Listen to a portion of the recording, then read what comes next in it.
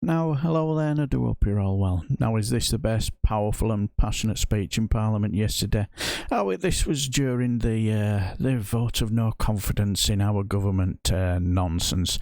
And the reason why I asked, because, having to hear, absolute dirge of Tory MPs blather on about how wonderful our squatters done in number 10. And believe me, there is a load who've sold their souls to defend the indefensible. A very angry and very upset Labour MP Jess Phillips stood up to remind them why that squatter should never have been allowed anywhere near number 10. Thank you, Madam Deputy Speaker. It's really unusual to be in here listening to all this praising of the Prime Minister from the people who just got rid of him. It's just an unusual thing. I just wonder whether you're having buyer's remorse.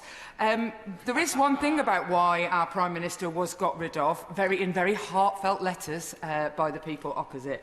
That has been since the leadership hustings and everything have started, completely forgotten, as if it didn't happen. And the reason I don't have any confidence in the government and the reason I don't have any confidence in the Conservative Party is because of the dreadful record they have overseen on sexual harassment and violence within their own ranks.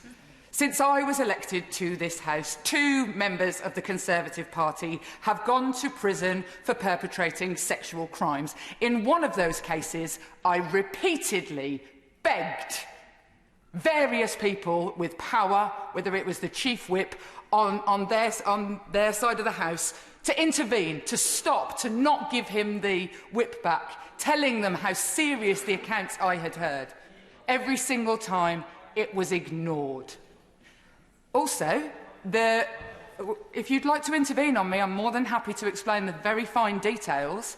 Also, a victim of child sexual abuse came forward to the Conservative Party and said that they had been abused by the candidate in Wakefield, to which the Conservative Party lost the complaint, or it went somewhere.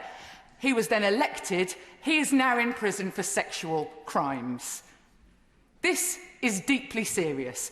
The member for Delyn, Madam Deputy Speaker, I have informed all the people I will be mentioning that I will be mentioning them. I should imagine there's some people checking their inboxes right now. That the member for Delyn was cleared by the Conservative Party's processes. And then the Prime Minister is toppled because he promoted somebody who he knew had undertaken sexually harmful behaviours. So while everybody in here is now dancing on the head of a pin about how great he was and he got all the big calls right, remember the reason that every one of the people in here wrote those letters, where in every single one of the candidates, if the Justice Secretary would like to intervene, I'm more than happy to take it. He's saying it's total rubbish. Would he like to get to his feet and tell me what I've said that is total rubbish? No. Should I tell him what's total rubbish? The rape statistics that he has overseen. That is what is total rubbish. And it is not a surprise when his political party turns a blind eye. I give way. That shows you how thick he is in that situation. Don't get involved, deck chair. Dominic, well, he's called Techahumanoid for nothing, isn't there? Good God. Don't get involved. Does she recognise the fact that in the last year the volume of rape convictions has increased by 2/3? That's simple yes or no.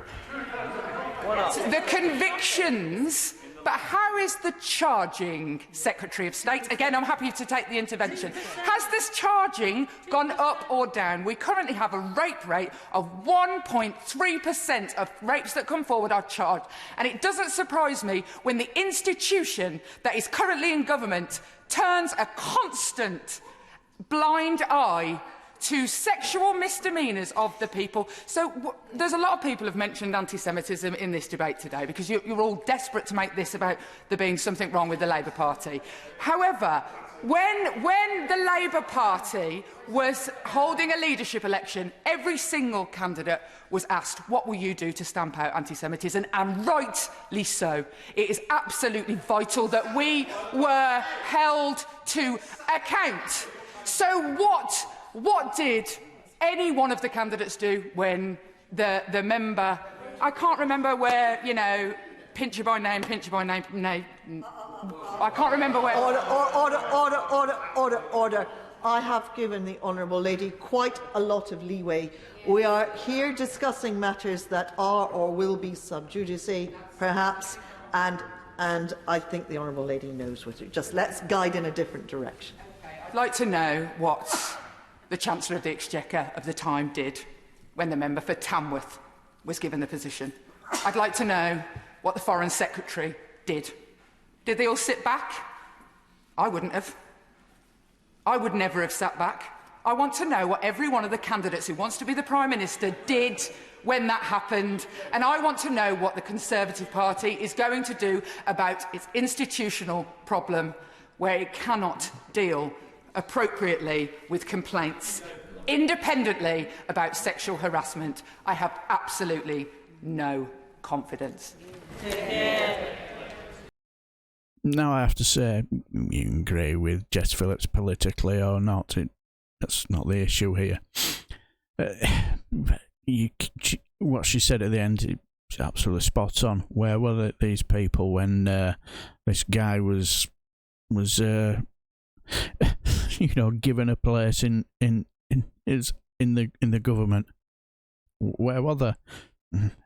And the thing is, Tetchy Humanoid Deck Chair Dom really showed what an idiot he is for me, because just don't get involved.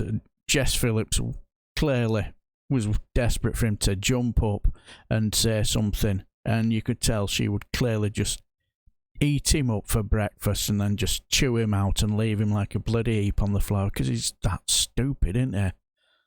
But he just couldn't help himself, could he? No, we all know what happened to Jess Phillips, and you got to take your hat off to her, because any less people, there won't be where she is now. And we all remember what that rape tweet guy did as well. What a cretin that man was. You see, the thing is, Deck Chair Dom, you just take your medicine, don't you? You don't try and take her on, because she was just going to absolutely tear him to shreds. When it come to the pinch you by name, pinch you by nature remark, you could tell her the anger had just got on top of her, and everything that happened about this government's lack of integrity, and as well, so I can understand that situation with her. But it is why we're understandable, really, because she was right. This government have just shown a distinct lack of interest in sexual assault charges. Well, it doesn't matter, does it? But anyway, I'm rabbiting on. What do you guys think? I thought it was I stood up and I just watched, and I thought, yeah, I can understand the reason why Jess Phillips is really angry. But anyway, I do hope you enjoyed the video, and till the next time, I shall bid you farewell and take care.